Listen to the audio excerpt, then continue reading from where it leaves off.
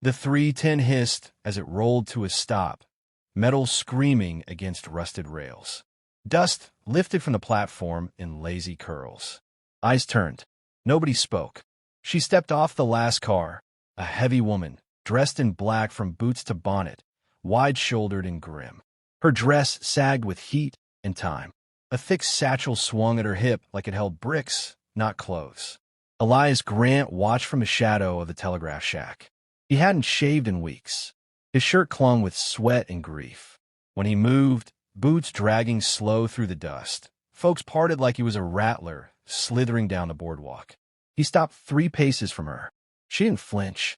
"You're coming with me," he said. A long pause. The wind pushed at her skirts. She gave one nod. Behind them, whispers hatched like flies. Did she know him? She don't look like family. He's gone off the rails again. The station master chewed his matchstick slower. The sheriff narrowed his eyes and stepped forward, but Elias turned, the woman beside him, and together they walked through the thick heat without another word. Her boots thudded heavier than his. She didn't ask where they were headed, didn't offer her name, just walked beside him like it was always meant to be. At the hitched wagon, she climbed in first, settled herself without grace or apology. Elias slapped the reins. The mule groaned forward. They passed the saloon, the general store, the livery, all gone quiet now. The town watched them go, the same way you'd watch thunder on the horizon. Out past the churchyard, the canyon wind caught her veil and lifted it slightly. A scar curved from her left temple to her jaw, pale, jagged, old. She pulled the fabric back down without a word. "You ride before?" Elias asked, eyes forward. She nodded once. That was all. He offered no more. Miles passed under hoof and wheel. The sun bent lower. The trail narrowed near Devil's Bend. Rocks jutted like teeth. Shadows stretched long. At one point, she leaned slightly, peering west, the old road to Mesa Ridge. Her lips moved, but no sound came. A prayer, maybe, or a name. Elias saw it, didn't ask. They reached the ranch just as the sky burned orange. She stepped down, glanced at the porch with its empty rocking chair. The door swung open on its own weight. She went inside without being told. Elias stayed on the step, eyes fixed on the horizon. Behind him, inside, the sound of boots across creaking floorboards. A cupboard opened. A kettle poured. The sharp click of a shotgun being checked, then set gently down. He exhaled. Something about the wind shifted. They weren't alone anymore. Elias flinched from the porch, fingers twitching near the revolver on his belt. Inside, she stood still, the cast iron at her feet, one hand pressed to the counter. No apology, no explanation. Just bent down, picked it up, and set it back on the stove like nothing had happened. She hadn't said a word in 2 days. That morning, she'd chopped wood before he woke. The axe marks were clean. Too clean. Not like a woman who'd just watched someone do it. Like someone who'd taught someone else how. She moved like muscle wrapped in memory. Elias watched from the window as she fed the chickens. It didn't scatter. Even the mean old rooster stayed quiet. The wind screamed through the canyon behind the house. The sound bounced off the rocks like voices, like screams. Elias shut the window. In the parlor, the woman sat beside the fireplace, mending the sleeve of his dead wife's coat. Her thick fingers moved with surprising precision, the thread steady, strong. He couldn't stand it. That was hers, he said, sharper than intended. She didn't look up. It was torn. Leave it be. She finished the stitch, bit the thread clean, and folded the coat over the chair. Elias stepped out, jaw tight. The barn offered no peace. He grabbed a shovel and stabbed it into dry earth, over and over, a grave for a rage he didn't understand. Each breath tasted of dust and old ghosts. The last time someone had touched that coat, it was soaked through with blood. He sank to one knee. The memory dragged him under, his son's boots by the doorway, one lying on its side. His wife's hand, open, still curled around the hair ribbon. Footsteps behind him. The woman stood at the barn door, watching, not intruding, just there. The scar on her face caught the light like a crack in stone. "You ain't afraid of much," he said, voice rough. "No, not even of me." She shook her head. "You should be. I've known worse," she said, and turned back toward the house. That night, she fixed stew. the same way his wife had. Wild thyme, a pinch of salt rubbed between her fingers first. The smell knocked the air from his lungs. He didn't eat. She did. Slowly, quietly. After, she took a lantern and walked the perimeter of the property alone. From the porch, Elias watched her stop near the cliff's edge, the one that looked straight down into Devil's Bend. She stood there a long time. The wind whipped her veil sideways. Her shoulders never moved. When she came back inside, Elias was waiting. "You been here before?" he asked. She set the lantern down. "No," but the way she looked around that dark room said otherwise. Elias stepped off the porch, rifle slung across his shoulder. The mule in the paddock whined low. Dust rose on the southern ridge. The woman was already at the gate, shotgun in hand. "They're early," she said. Elias narrowed his eyes. "You expecting someone?" "No, but they're expecting me." The riders appeared, 4 men, all dust and leather and arrogance, moving slow and wide, like wolves sniffing a fence line.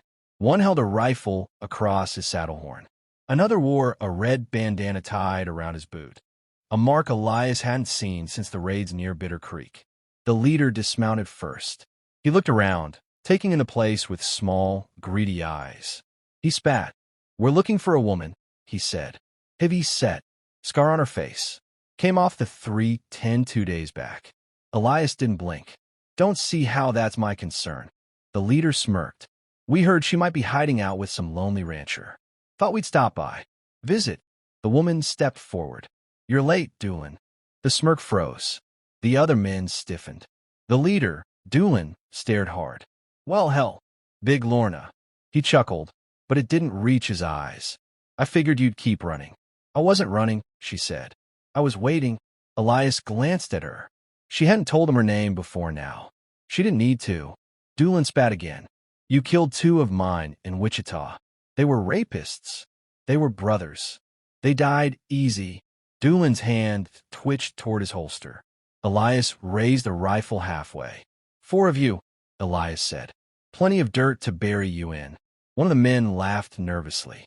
Doolin scowled. "This don't concern you, old man." Elias stepped beside her. "It does now."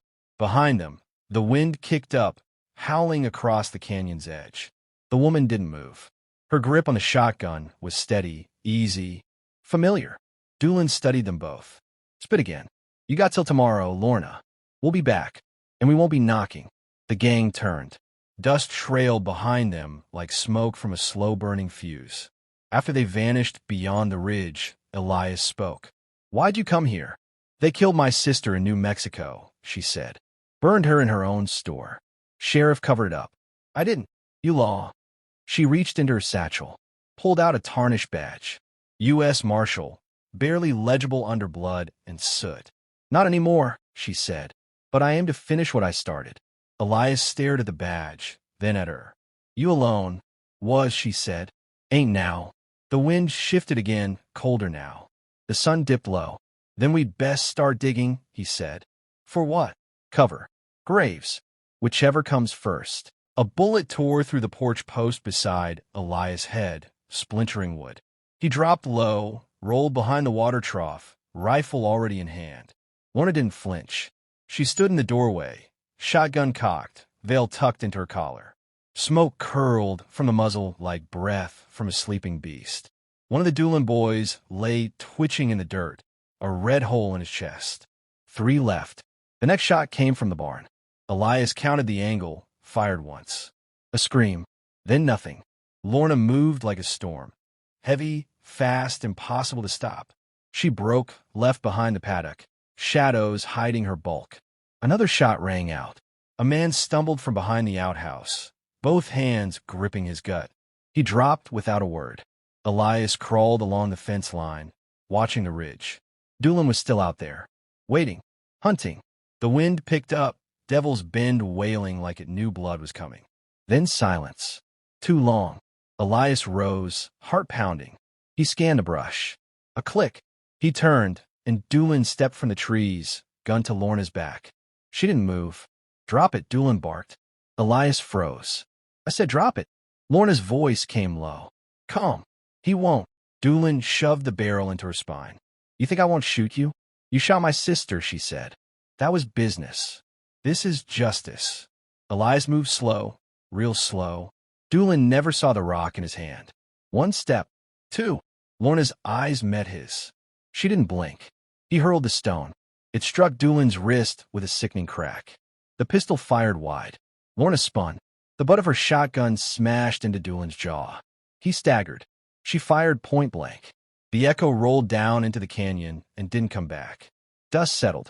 Birds took flight. The only sound left was the wind. Elias sat on the porch steps, hands shaking. Lorna knelt beside the body, pulled the badge from her satchel, and placed it on Doolin's chest. Not yours, she whispered. Never was. She rose, wiped her hands on her skirt, and sat beside Elias. He didn't speak for a long time. When he finally did, it was quiet. I thought I was saving you. You were saving yourself, she said. They watched the sun rise, red and hot. Smoke curled from the barn, caught from a stray round. Neither moved to stop it. By midday, the graves were dug. For men laid in the earth. Lorna strapped the badge back into her satchel. She saddled the mule without asking. Elias watched, leaning on his rifle like a cane. You running again? No, she said. Just moving forward. She turned once, nodded, then rode out, veil flapping like a battle flag. Elias stood there long after she vanished. That night, he placed a mended coat over the porch rail, sat in the rocker, and listened to the silence, finally, without pain.